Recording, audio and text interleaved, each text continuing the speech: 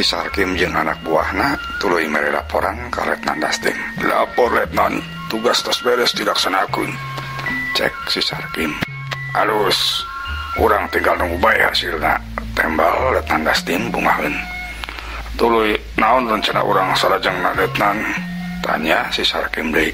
Letnan Dastim ngahuleung sakedeung tapi teu dilapok maehna nyarita deui. Kumaha lamun urang cuang indit ka Lembur Cikangkung meungpeung keur usumpanan euy. Urang cuang minta jatah lantaran urang geus didaya teu boga duit. Cek Letnan Dastim. Siap Letnan, sakalian kuring rek neangan bikang ongko Letnan. Cek si Sarkim. Letnan Dastim jeung anak buahna tuluy narangtung rek harindit. Tapi karek lempang sabora rengkah ujuk-ujuk kuak sabora urang anak buah Letnan Dastim patinggal wak. Tobat, ampun. Tuluy gubrag patinggal ubrag awakna balaboran ku getih. Letnan Dastim jeung sejenna ruas. Tuluy anak buahna nu patinggal ubrag teh dipariksa. Si Horeng kabeh ge dina beheungna nancep kembang melati. Nyai Kembang, cek si Sarkim. Atuh kabehana ge pohar kaget jeung reuasna.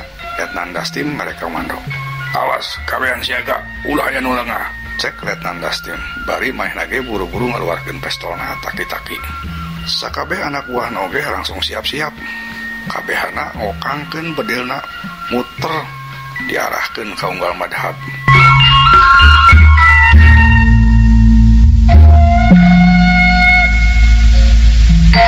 Begitu kolebat katempo aya nu lebat luncat tina hiji tangkal. Ceger. Salah seorang anak buah Letnan Dastim langsung nembakeun bedil. Nu sejenna maralik langsung nyusul nembak-nembakeun bedil. Atuh sora bedil katinge pating diredet. Ari Nyai Kembangna malah muncul di satungan maranehna. Katempo Nyai Kembang ngaluarkeun tali, tuluy wus wus. Nyai Kembang muterkeun tali dina luhur sirahna. Eta tali tuluy dialungkeun dipake nyanggerit beheung salah saurang anak buah Letnan Dastim anu keur nangtung pangtukangna. Gerakan Nyai Kembang cepet kabina-bina. Malah anak buah Letnan Dastim anu kacageritna oge sampe-sampe teu sempet ngaluarkeun sora. Tuluy eta jalma nu geus kacanggerit diseret ku Nyai Kembang. Sanggeus kitu Nyai Kembang ngalungkeun kembang malati anu jadi pakarang rahasiana. Wus wus sep sep sep. Sababaraha urang anak buah Letnan Dastim patinggal roak tuluy ngagalubrak ku yang getih. Anu sejenna langsung maralik bari kompak ngarembakeun bedilna. Ceger ceger ceger. Katanya bedil pating cileger deui. Tobat. Kadenge sora anu ngagoak ti palebah rungkun. Letnan Dastim jeung sejenna barungah. Modar si ayeuna mah. Cek Letnan Dastim. Ari nu sejenna malah sih kene siap-siap ngarokangkeun bedil. Iliku salah saurang. Cek Letnan Dastim marentahkeun supaya mariksa kepala bah datang masora nu ngagoak tadi. Atuh tuluy tilu urang anak buah Letnan Dastim ngaleumpang hati-hati kepala bah rungkun bari maranehna tetep ngarokankeun bedil.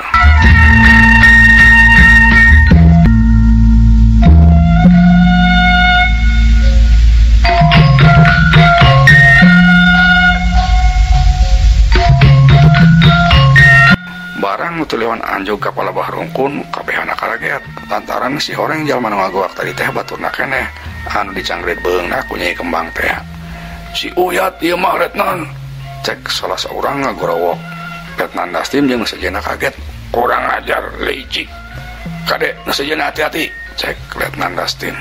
Karek Letnan Dastim ngomong gitu, wus sep sep tilu urang anak buahna patinggal roak.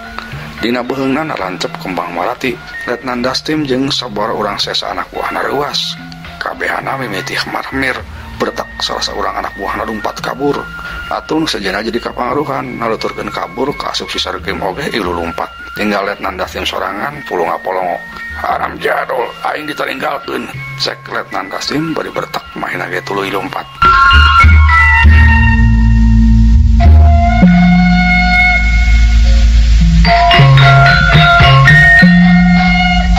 Tapi can ge jauh tidinya ujuk-ujuk celeg. Cek Nyai Kembang geus nangtung halangan jalan. Rek kabur ka mana sia panghianat? Cek Nyai Kembang bari ngabedega. Letnan Dastim leuwas reg eureun. Tapi teu loba omong deui, Letnan Dastim langsung nyabut pedangna. Hiuk hiuk tuluy dipake nyerang Nyai Kembang. Modar sia. Cek Letnan Dastim bari ngayunkeun pedangna rek dipake nigas beheung Nyai Kembang.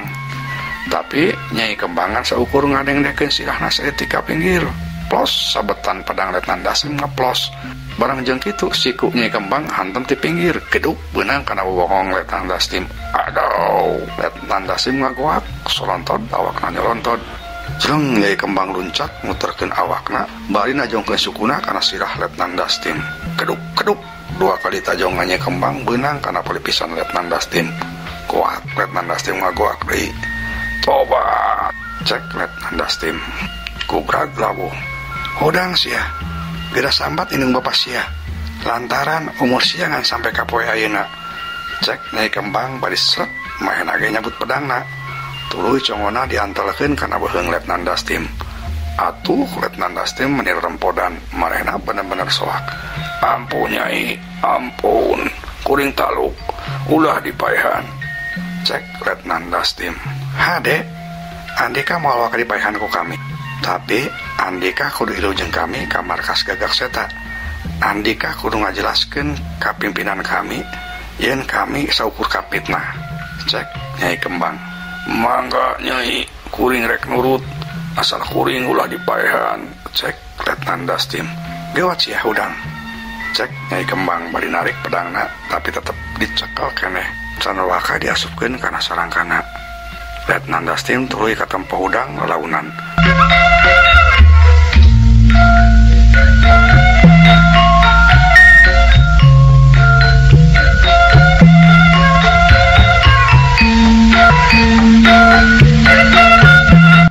Tapi sanggeus mahena nangtung ujug-ujug hiu Letnan Dasim ngahambatkeun pedangna rek ngabohongan Nyai Kembang.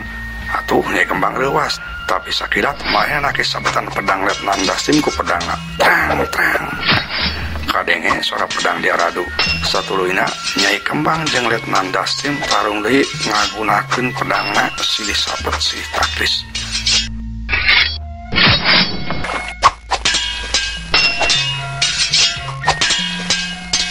Ngan dina hiji waktu Letnan Dasim nyabetkeun pedangna nu diarah cangkeng Nyai Kembang. Tapi Cilepung Nyai Kembang ngajelepung kaluhur. Barang jeung kitu suku katuhunan najong sirah Letnan Dasim ti tukang. Bab. Tajong Nyai Kembang kena pisan kana sirah Letnan Dasim ti palebah tukangna. Polonjong Letnan Dasim nolonjong ka hareup. Bak ditajong deui tonggongna ku Nyai Kembang kubrag. Letnan Dasim ngabubrag labuh nang kobak tapi beres dadana katiruk ku pedangna sorangan. Tobat kadenge sora Letnan Dasim ngagoak. Awakna balaboran ku getih teu lila ceklek Letnan Dasim ngalepaskeun nyawa.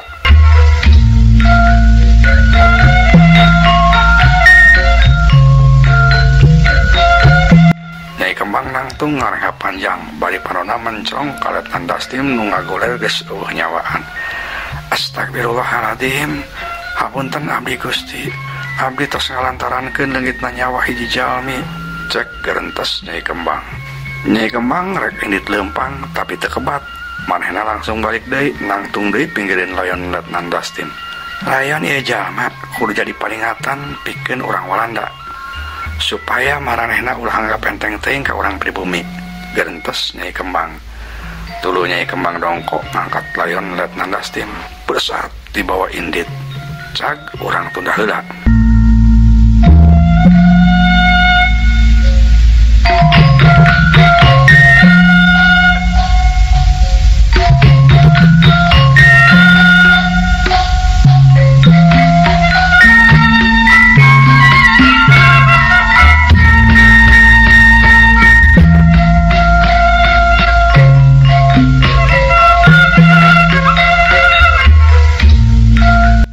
Ayeuna caturkeun heula Menir Jensen. Harita mahena keur ambek-ambekan lantaran Letnan Dasim anu dititah maluruh Menir Edward jeung kulawargana can datang keneh mere laporan.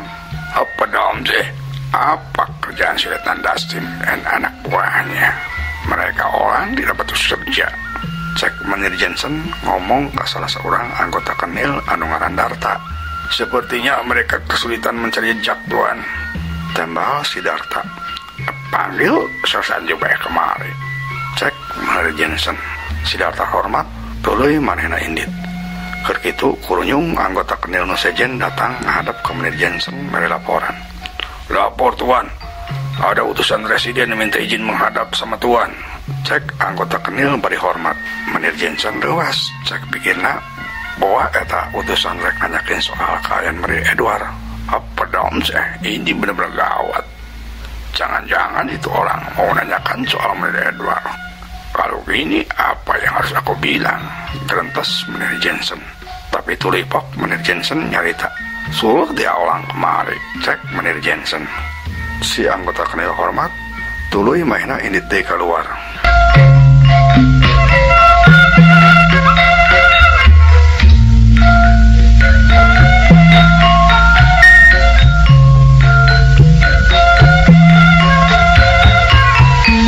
Tekung silila anu disebut utusan teh datang pas barang pisan jeung Sersan Jubeh anu tadi dipanggil. Menir Jensen culihak tuluy manehna buru-buru nyambut eta utusan. Selamat datang Tuan Hendrik. Silakan duduk. Cek Menir Jensen somea. Tuluy mainna ngareret ka Sersan Jubeh. Sersan Jubeh, kamu ambil kursi. Cek Menir Jensen. Tetanangke Sersan Jubeh tuluy nyokot kursi. Satulunya eta utusan Menir Jensen jeung Sersan Jubeh dariuk mariung. Senang sekali ketemu kamu Tuan Hendrik. Ada kabar apa Tuan kemari? Cek Menir Jensen kata Muna. Begini Menir, langsung aja bicara yang pentingnya ya. Jadi kedatangan ke sini atas perintah Tuan Residen. Biar lebih jelasnya, Menir baca sendiri surat ini. Cek utusan nyodorkeun amplop surat ke Menir Jensen. Menir Jensen langsung dibuka. Tuluy eusina dibaca. Si Horeng eusina teh ngawejaan yen minggu hareup Presiden rek datang mariksa masalah keuangan anu dikelola ku Menir Jensen. Lantaran cenah geus 3 bulan Menir Jensen teh setor-setor upeti ka Residen.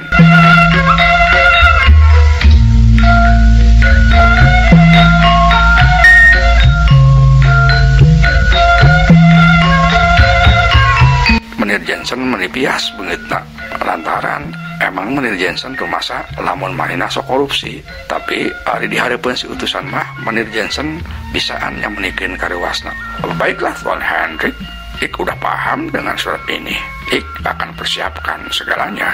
Cek Menir Jensen. Ari si utusan ngan syukur unggut.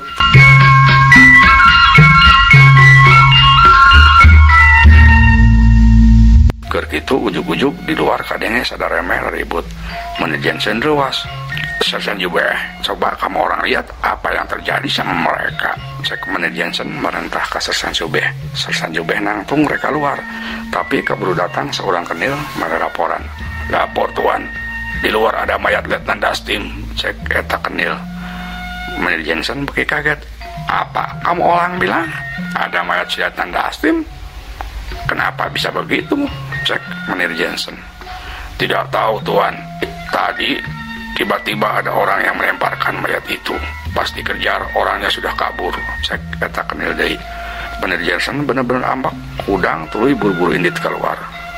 Sersan Jubeh jeung si utusan tadi dilunuturkeun.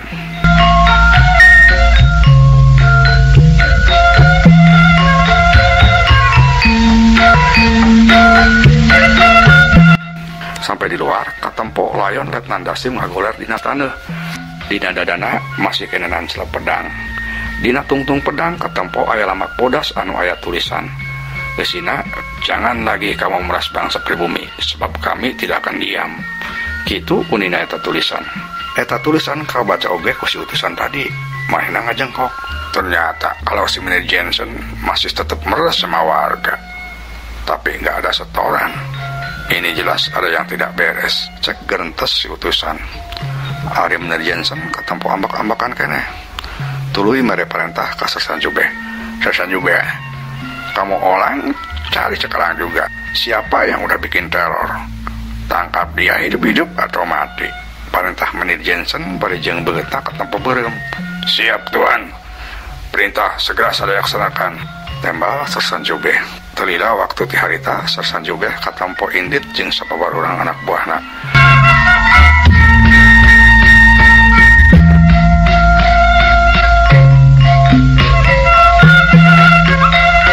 Sanggeus Sersan Jubeh indit si utusan tadi oge tuluy pamit ke Menir Jensen. Maaf Menir, sepertinya Ik juga harus pergi sekarang juga. cek eta utusan. Menir Jensen rewas lantaran satadina mah manehna teh hayang ngobrol heula panjang jeung eta utusan. Menir Jensen boga niat rek nyogok supaya residen teu jadi datang mariksa keuangan. Tapi kulantaran geus kapalang pamit, Menir Jensen teu bisa kumaha-kumaha. Tapi dina hatena jadi ngarasa salempang. Komo da Menir Jensen oge apal si utusan tadi oge pasti geus maca surat anu aya dina Lieutenant Dustin teh. Kenapa buru-buru Menir Henry? Masih betah ngobrol sama Menir. Cek Menir Jensen. Maafkan aku Menir, karena aku terburu-buru. Akhirnya mah Menir Jensen ngijinan. Oh iya, kalau begitu silahkan. Hati-hati di jalan. Cek Menir Jensen. Sanggeus eta utusan indit, Menir Jensen tuluy ngagerowan salah seorang anggota kenil anu ngaran Saudi. Saudi, kemari kamu orang. Si Saudi nyamperkeun. Siap tuan. Cek si Saudi. Kamu orang ikuti utusan tadi, habisi dia. Cek Menir Jensen. Si Saudi telebot tanya. Maena langsung ngomong siap. Siap, laksanakan perintah tuan. Tembal si Saudi. Tuluy maena ge indit nyokot kuda.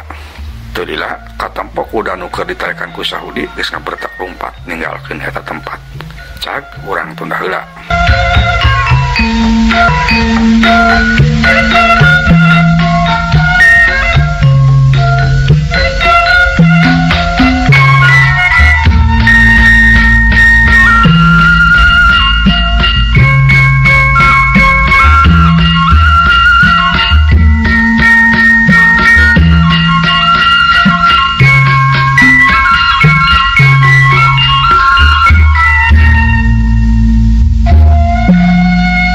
Aina urang caturkeun Kapten Soma anu aya di hiji guha bogana Ki Mandahong. Katempo Kapten Soma masih kene ngagoler di sanghareupan ku Ki Mandahong jeung puluhan monyet. Panon Ki Mandahong masih mencong ke Kapten Soma. Majeuna pisan. Ieu manusia pinuh hawa jahat. Ku aing ieu jalma bisa dipake alat bikin malaspati ka Sinurianta. Musuh bubeutan aing. Gerentes Ki Mandahong.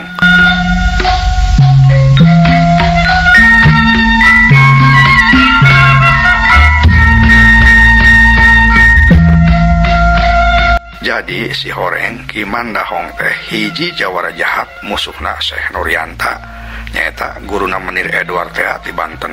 Baheulana Ki Mandahong teh katelah Raja Rampok di Ciharendong. Manehna boga kasaktian anu luar biasa, weduk jeung boga ilmu pancasona. Hiji-hijina jalma anu bisa ngalahkeun Ki Mandahong ngan Syekh Nurianta bae. Aina Ki Mandahong geus hasil ngulik deui ilmu. Malah mah ilmuna geus tambah deui 70 kali lipat. Tapi lamun adu-hadupan langsung jeung Syekh Nurianta mah mahena can wani. Makana Ki Mandahong rek ngagunakeun Kapten Soma bikin malaspati. Bawa ieu manusia gabruskeun kana kawah. Perintah Ki Mandahong ka para monyet. Bet siga jelema bae para monyet tuluy nyembah ka Ki Mandahong. Saterusna regenyeng para monyet maranggok deui Kapten Soma kaluar ti eta tempat ngan waktosna seep. Insyaallah dilanjeng dina episode sarenjengna. Assalamualaikum warahmatullahi wabarakatuh.